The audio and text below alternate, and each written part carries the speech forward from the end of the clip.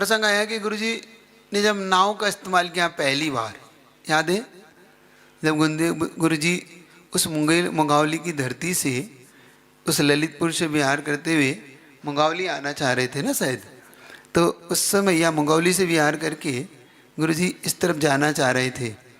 तो कहते हैं कि उस समय थोड़ा सा रास्ता ऐसा बन गया कि वो सीधे सामने नदी का तट दिखा और बहुत लंबा घूम के जाने की बात थी। क्या किया जाए, तो भाई सामने नाव का प्रसंग आया, और नाव का प्रसंग आया तो किसी ने कहा कि अच्छा सी नाव से जाया जा सकता है, क्यों जाएं पहले नाव से भाई। लेकिन वो किसी भव्य आत्मा के द्वारा जब खींच लिया जाता है तो कहते हैं कि भव्य आत्माएं उसे अपने आप खींच लेती हैं।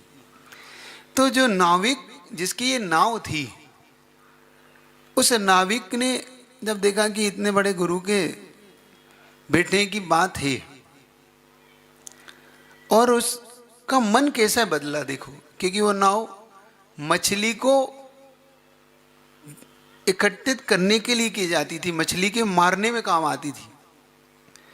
और जब उसने देखा कि इतना महान गुरु इस नाव के ऊपर बैठा हुआ है, तो उसे उनसे कहा कि देखो देखो तुम इतने महान गुरु बैठे हैं, और करोड़ों का बिजनेस सोचना आप, करोड़ों के लिए। तो उसने कहा कि अगर ऐसा है और इतने महान गुरु ने अगर मुझे यह अवसर दिया है तो मैं आज से प्रण ले, देखना उसने क्या प्रण लिया कि आज से प्रण लेता हूं कि इस नाव से अब कभी भी मछली मारने का काम नहीं होगा।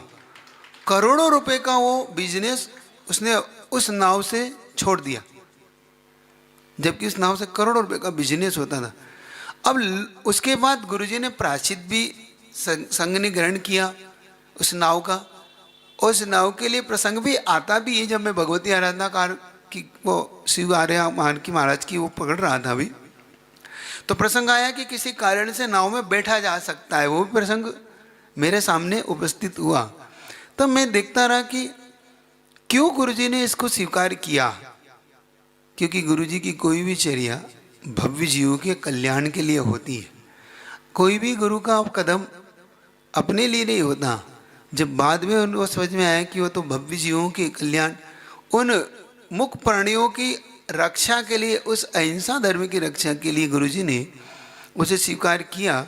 उनकी दूरदृष्टि शायद हमारी दृष्टि में नहीं आ पाती। हमारी दृष्टि शायद या हमारा सोचने का दृष्टिकोण, हमारा दायरा सीमित है। हम सीमित दायरे में सोच पाते हैं और उस दायरे से बहुत आगे का सोचते हैं, और यही शायद डिस्टेंस हमारे उनके बीच का रहा। और इसीलिए हम उनके बारे में जो कुछ भी लोग सोच पाए, जितना कम उनको समझ पाए, लेकिन जब समझने का पुरुषार्थ करोगे तो मैं मानता हूँ कि आपका दृष्टिकोण उनके बारे में बदलेगा। उनकी हर चीज़ को